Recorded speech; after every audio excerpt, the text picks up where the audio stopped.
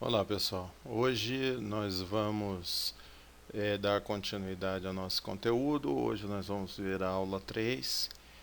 Ela está na unidade 2, da página 53 até 60. O que nós vamos ver nessa aula? Nós vamos ver a estrutura de mercado, né? E vamos verificar a formação da estrutura desse mercado. É muito importante a gente entender como se forma o mercado, para a gente poder entender os mecanismos de funcionamento desse mercado. Ele é muito importante, né? O preço, a formação do preço, políticas de preço que uma empresa tem, né? Depende também, em grande parte, da sua estrutura de mercado, ou seja, que mercado que ela participa. Então, é muito importante. Então, assim, a gente tem uma pergunta para o início da aula para que a gente possa responder, né? Quais os outros fatores que não só o custo podem interferir na formação de preço ou na política de preço de uma empresa? Então, lembre-se, né? Nós já conversamos isso em outras aulas. Nem sempre o custo é a base da formação de preço. Então nós temos que conhecer quais são esses outros processos e fatores que venham a alterar isso aí.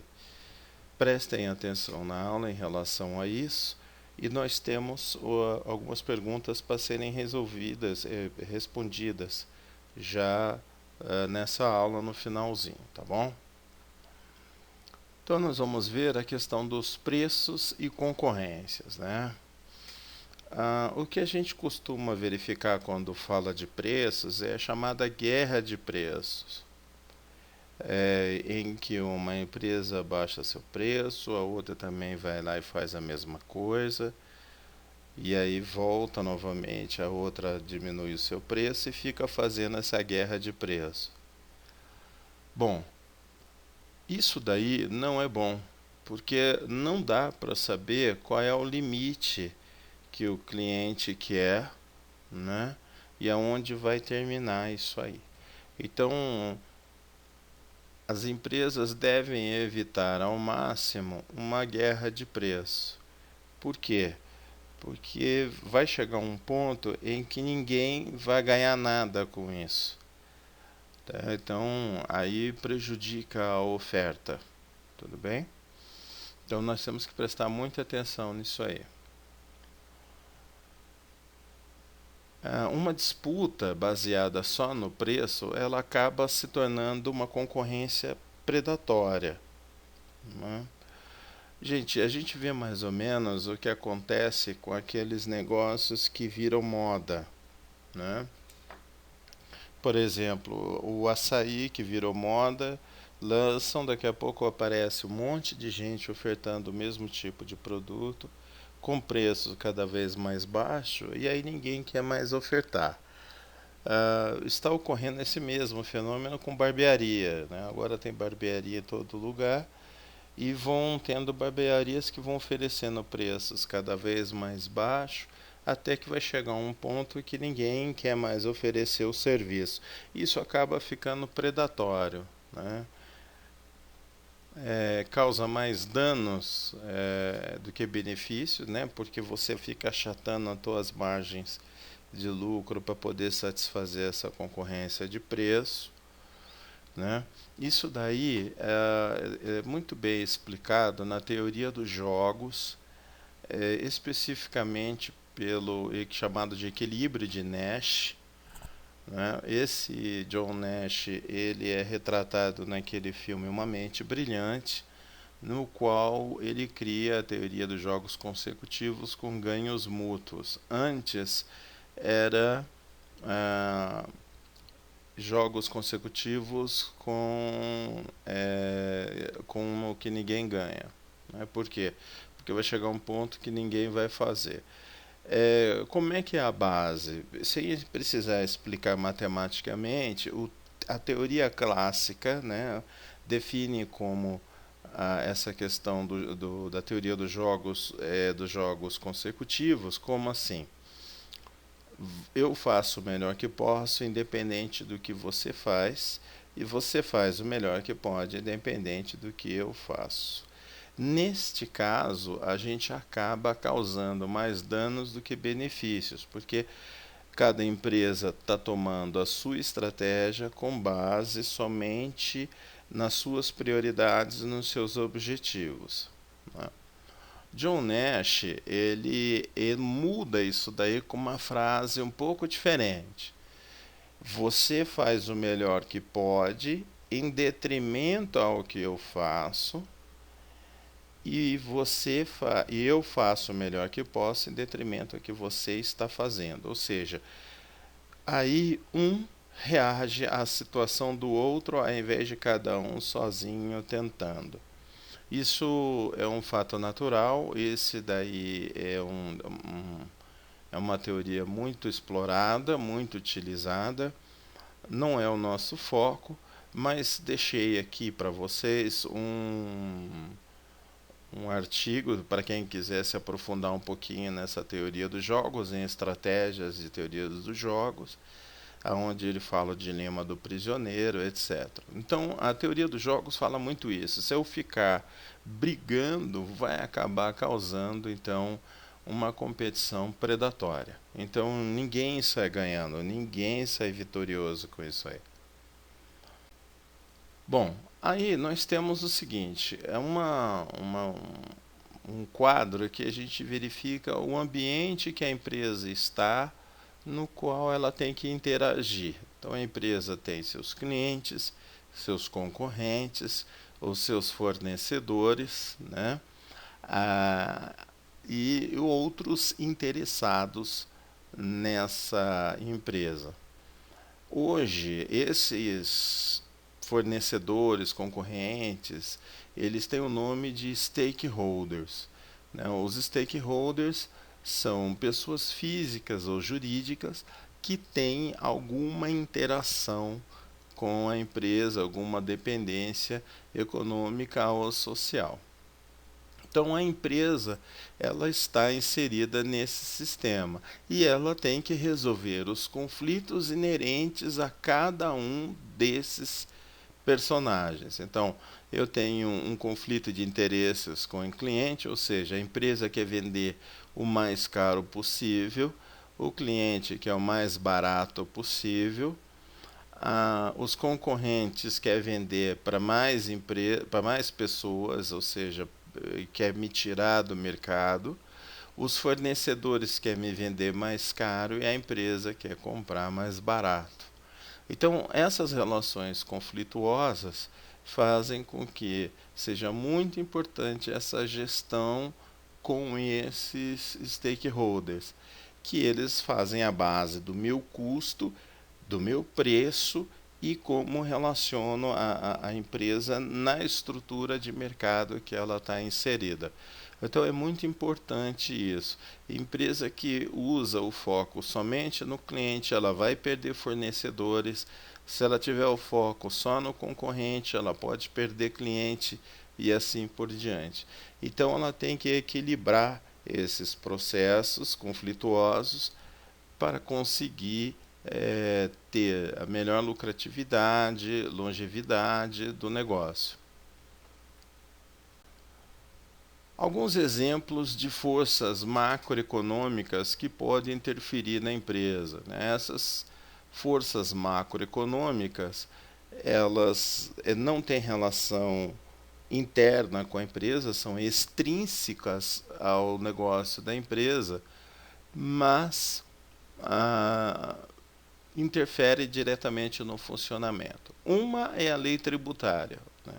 A legislação tributária no nosso país não pode ser ignorada, né? De uma hora para outra o governo pode aumentar uma alíquota de imposto ou diminuir ou dar um benefício fiscal para um concorrente e aí isso alterar totalmente a sua política de preço. Então, as forças sociais, né? Atitudes em relação à inovação, produtos de estilo de vida, carreira, ativismo de consumidor, né?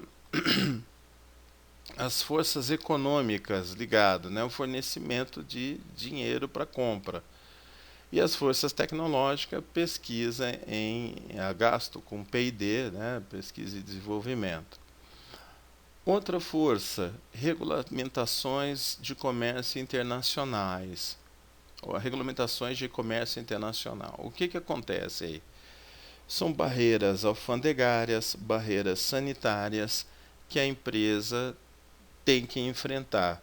Então, existem inúmeras barreiras. A gente vê como país essencialmente produtor de commodities e de agropecuária os problemas que nós enfrentamos para entrar em outros mercados. Então, as forças sociais em relação a essas forças macroeconômicas, né? Preocupação com a qualidade de vida.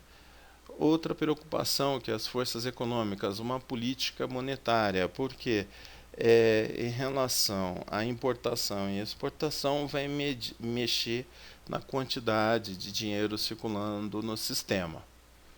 As forças tecnológicas, né? De novo, enfoque no gasto de pesquisa e desenvolvimento para que as empresas tenham, né, melhor qualidade para atender às necessidades do comércio internacional. A exemplo disso, nós temos excelência na produção de café, suco de laranja, carne, peixes, soja e assim por diante, né? Depois, regulamentação de empréstimos a consumidores. A gente viu isso daí há um tempo no governo passado, aonde o governo permitiu que fizesse financiamento de veículos sem entrada com 72 meses. A venda de carros explodiu por causa disso aí, né? Essas regulamentações ela pode ser tanto expansiva, ou seja, eu diminuo a taxa de juros para aumentar o empréstimo e isso deve fazer com que o consumidor compre mais, ou o contrário, restritiva, aumentando a taxa de juros e dificultando o acesso ao crédito. As forças sociais, né, expectativa de vida, as forças econômicas envolvidas para diminuir taxa de desemprego. Então, se eu tenho uma política expansiva, né, em que eu facilito o empréstimo e todos compram, ativa a economia e a partir daí a geração de empregos e assim por diante. Tá? As forças tecnológicas, taxa de introdução de novos produtos. Né? Então, a empresa começa a procurar produtos tecnologicamente mais avançados, né? Ou buscando novas inovações para poder colocar produtos no mercado. Leis de proteção ambiental, também é uma outra força macroeconômica que interfere. Por exemplo, no caso da pesca, a gente tem período chamado de defeso, que não pode pescar, e isso altera todo o ciclo econômico do mercado, né? Qual é as forças sociais que a gente tem? Expectativas em relação ao local de trabalho, né? Outras forças econômicas em relação a isso, custos com energia. No nosso caso, a gente tem esse problema ainda de algumas fontes de geração de energia a combustão. Então isso encarece a nossa conta de luz e aí aparece aquela coisa da bandeira amarela, da bandeira vermelha e assim por diante. A força tecnológica para isso, né, é a automação. A sanção de regulamentações antitrust. Antitrust significa antimonopólio. Então, nós temos aí órgãos reguladores para evitar a formação de monopólio ou oligopólio, né? Nesse caso, ele pode interferir diretamente na aquisição de uma empresa por outra, no qual vai ter o domínio do mercado. Apesar que no Brasil, ultimamente, não tem trabalhado direito a agência reguladora para isso. O exemplo que a gente tem é a Brahma se juntando com a Antártica e virou a Ambev, e aí ela comprou tudo que viu e dominou o mercado. A mesma coisa com a Nestlé e a Garoto, que se juntaram também. Tá? Forças sociais, né? Mudança na presença da mulher na força do trabalho também é, exige mudança por parte da empresa, né? As forças econômicas, renda pessoal disponível, né? Ou seja, aumentar os salários e benefícios. A força tecnológica, né? Robótica. Outro exemplo de força, lei de contratação e demissão, né, promoções e pagamentos. A gente está tendo aí uma mudança, né, na nossa CLT, não está convertendo em emprego conforme foi propagado, então a gente tem que rever isso aí. Né? As forças sociais para que mude as leis do trabalho, as taxas de nascimento. Né? Então, países que têm crescimento vegetativo positivo, ou seja, nasce mais pessoas que morrem, que é o nosso caso, você tem mais pessoas entrando no mercado de trabalho que a economia não consegue absorver essa mão de obra. Né? E as forças econômicas é o estágio do ciclo de vida econômico, né? De como que está isso. Se é expansivo, se é recessivo, isso vai interferir diretamente também dentro da empresa. Outra força política, controle de preços e salário. Né? A gente faz tempo que não vê isso, nós tentamos fazer isso nos anos 90, não funcionou, mas o Brasil controla ainda algumas coisas. Então, por exemplo, as operadoras de telefonia e internet, o valor do reajuste das suas tarifas são controladas pelo governo. Então, é o governo é que diz como que será feito o reajuste. Né? E as forças sociais que também têm as alterações populacionais. Né? Então, se a população está envelhecendo, tem uma exigência diferente das empresas de produtos e serviços, diferente das outras que têm um país muito voltado mais jovem. Tá? Então, essas são as principais forças macroeconômicas que podem interferir no funcionamento, no preço e no funcionamento de mercado.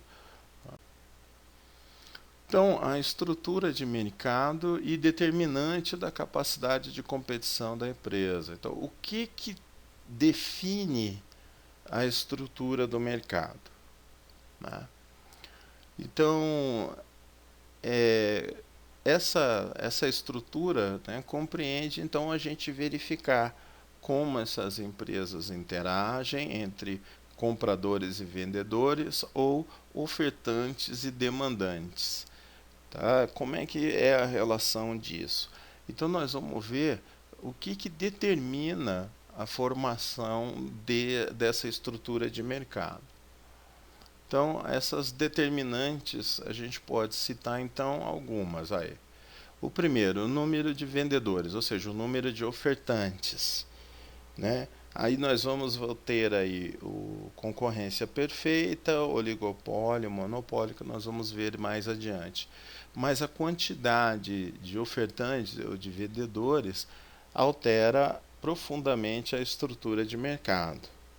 Na realidade, até dita como vai ser essa estrutura de mercado. A capacidade de compra e negociação desses participantes. Então, o que nós temos aí? Empresas muito grandes, elas conseguem alterar o equilíbrio de mercado simplesmente alterando o seu consumo, né? E isso pode modificar a estrutura do mercado. Então, empresas que compram demais, que dominam o mercado ou que dominam o mercado na parte da oferta, também vão alterar, né, esses dois sistemas, tanto na oferta quanto na demanda, altera o funcionamento, é um determinante desse mercado. O grau de correlação, ou seja, como essas empresas interagem entre elas no mercado.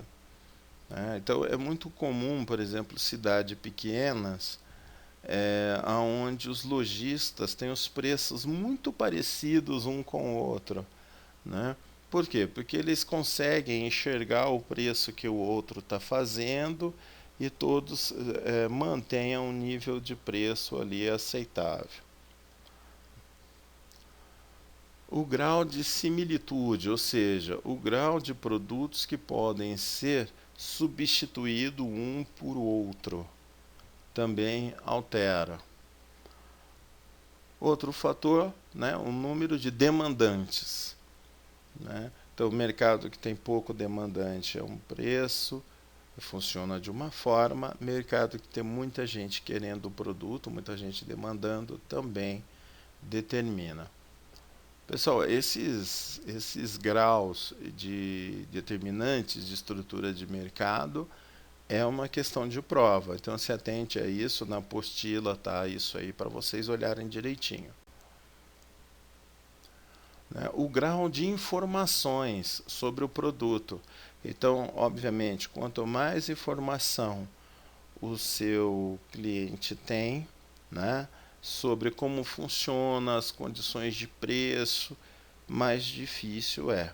Então, nós vemos isso daí com as redes sociais, com as compras online, e isso dificultou muito o funcionamento de mercado de algumas empresas. E a possibilidade de entrada ou saída de algum participante do mercado. Alguns mercados é muito difícil entrar, outros mercados é muito difícil sair, então depende disso daí, de como a regulamentação do mercado funciona, né? Também é uma forma de estrutura, de participação na estrutura determinante da estrutura de mercado.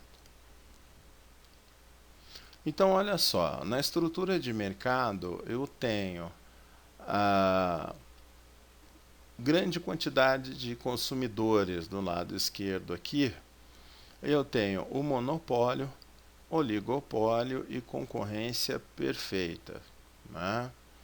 O monopólio é aquilo que é uma empresa só, toma conta de todo o mercado, né?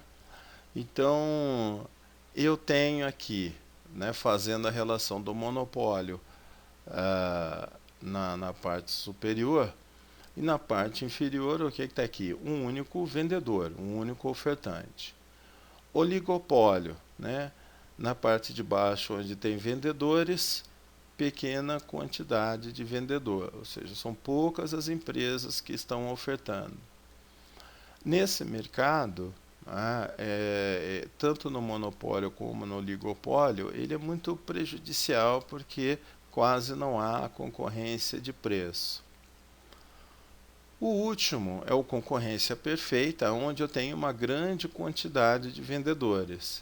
Aí sim, a mão invisível, dados liberais funcionam bem nesse tipo de mercado, porque eles fazem oferta de produtos, oferta de preços e, de certa forma, existe uma competição. Isso mantém os preços de equilíbrio sobre controle. Nós vamos ver preço de equilíbrio, essa parte, na próxima aula. Tá? Aí, quando eu tenho pequena quantidade, já no meio aqui da arte de consumidor, pequena quantidade de consumidor. Se eu tenho um único vendedor, né, e tenho pequena quantidade de consumidores, é quase um monopólio. Tá? Agora, se eu tenho pequena quantidade de consumidor com pequena quantidade de vendedor, é um oligopólio bilateral. Então, ou seja, tem poucas empresas ofertando, mas tem poucas pessoas demandando. Tá? E quando eu tenho uma pequena quantidade de consumidores e uma grande quantidade de vendedores, eu tenho uma coisa chamada de oligopsônio. Ou seja, é a mesma coisa que o oligopólio, mas porém na parte de poucos consumidores. Geralmente inverte. Né? No mercado oligopsônio, quem determina o preço é o consumidor e não a empresa. Agora, se eu tenho um único consumidor, na parte aqui é vertical, com um único vendedor, monopólio bilateral. Agora, eu tenho um único consumidor e uma pequena quantidade, quase monopsônio. Tá? Então, só uma pessoa quer consumir o meu produto e tem uma pequena quantidade de empresas que oferecem. Tá? Nesse caso aí, também quem determina o preço é o consumidor. E o último é um monopsônio, ou seja, eu tenho um único consumidor e várias pessoas, várias empresas querendo ofertar. Né? Nós temos alguns casos de monopsônio. Né? Então, por exemplo, o caso de petróleo, o único comprador é a Petrobras. Mesmo que outra empresa venha produzir, o único comprador aí seria a Petrobras. Tá? Então, o que nós temos como questão de aula, gente? Com base no slide anterior, eu quero que vocês reflitam o seguinte: como ficaria a política de preços para uma empresa que é monopolista? Você acha que ela vai concorrer com preço? Se ela não vai? No oligopolista, o que seria melhor para a empresa concorrer? E na concorrência perfeita, qual é a política de preço que a empresa tem que seguir? Então, com base no comportamento desses três mercados, eu quero que vocês verifiquem para mim como ficaria a política de preços para essas empresas interagirem nesses mercados, tá bom? Então, essa é a pergunta que nós temos que verificar para a nossa aula, né? Então, eu espero que todos participem da nossa aula semana que vem, para que a gente possa resolver todos os problemas, tá bom? Obrigado, pessoal. Até a próxima aula, então.